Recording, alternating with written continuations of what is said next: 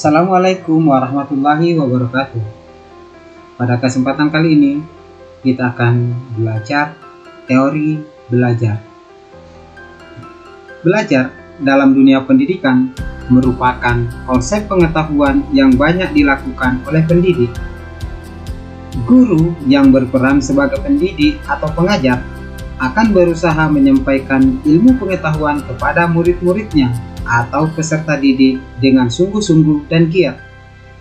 Satu hal yang perlu diketahui dari proses belajar mengajar adalah ilmu pengetahuan yang didapat, dan bertambahnya ilmu pengetahuan hanya salah satu bagian kecil dari kegiatan atau membentuk kepribadian seutuhnya.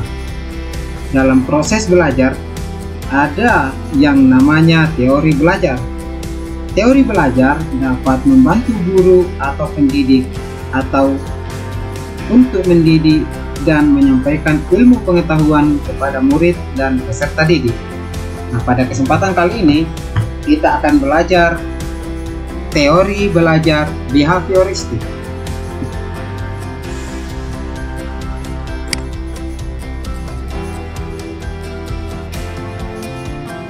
Apa yang dimaksud dengan teori belajar behavioristik? Menurut teori behavioristik adalah perubahan tingkah laku sebagai akibat dari adanya interaksi antara stimulus dan respon. Dengan kata lain, belajar merupakan bentuk perubahan yang dialami siswa dalam hal kemampuannya untuk bertingkah laku dengan cara yang baru sebagai hasil interaksi stimulus dan respon. Apa itu behavioristik dan contohnya? Teori belajar behavioristik adalah teori belajar yang mengedepankan perubahan perilaku peserta didik sebagai hasil proses belajar. Terjadinya perubahan tingkah laku diakibatkan oleh adanya interaksi antara stimulus dan respon.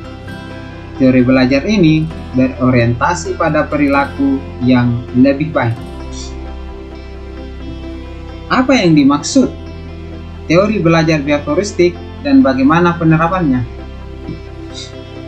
Teori belajar behavioristik merupakan teori belajar yang lebih mengutamakan pada perubahan tingkah laku siswa sebagai akibat adanya stimulus dan respon. Dengan demikian, teori belajar behavioristik lebih memfokuskan untuk mengembangkan tingkah laku siswa ke arah yang lebih baik. Apa contoh penerapan teori behavioristik? Salah satu contoh penerapan teori belajar behavioristik adalah adanya sistem poin ketika siswa melakukan pelanggaran terhadap aturan-aturan di sekolah. Penelitian Saputro pada tahun 2015 menyimpulkan bahwa penerapan teori behavioristik dapat mengurangi siswa mengoperasikan handphone pada saat jam pembelajaran berlangsung. Langkah-langkah kegiatan pembelajaran yang berdasarkan teori belajar behavioristik. Memberikan stimulus dapat berupa pertanyaan, baik lisan maupun tertulis, tes atau kuis, latihan atau tugas-tugas. Mengamati dan mengkaji respon yang diberikan siswa. Memberikan penguatan atau reinforcement, atau mungkin penguatan positif ataupun penguatan negatif, ataupun hukuman. Memberikan stimulus baru. Mengapa pembelajaran di Indonesia masih diwarnai dengan teori behaviorisme? Pembelajaran di Indonesia masih diwarnai oleh teori behavioristik dikarenakan teori belajar behaviorisme dilakukan dengan memberikan stimulus kepada siswa agar menimbulkan respon atau tangkapan. Stimulus dan respon ini dilakukan secara berulang-ulang sampai mendapatkan hasil. Apa yang harus dilakukan oleh siswa jika guru menerapkan teori behavioristik dalam proses pembelajaran? Yang pertama, membiasakan guru untuk bersikap jeli dan peka terhadap situasi dan kondisi belajar. Yang kedua, guru tidak membiasakan memberi ceramah sehingga murid dibiasakan belajar mandiri. Yang ketiga, dengan melalui metode pengulangan dan metode berkesinambungan dapat meningkatkan bakat dan kecerdasan siswa yang sudah terbentuk sebelumnya. Apa peran guru dalam teori behavioristik dalam pembelajaran?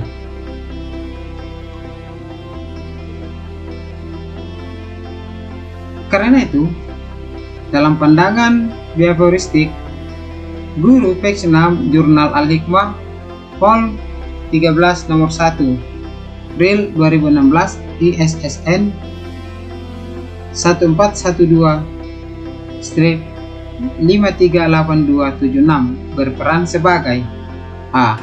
Sosok yang menentukan di mana syarat dapat memancing respon siswa. B. Pengajar, yaitu menyampaikan berbagai stimulus. C. Pengatur, yaitu mengatur prompting atau bimbingan untuk dipasangkan dengan stimulus.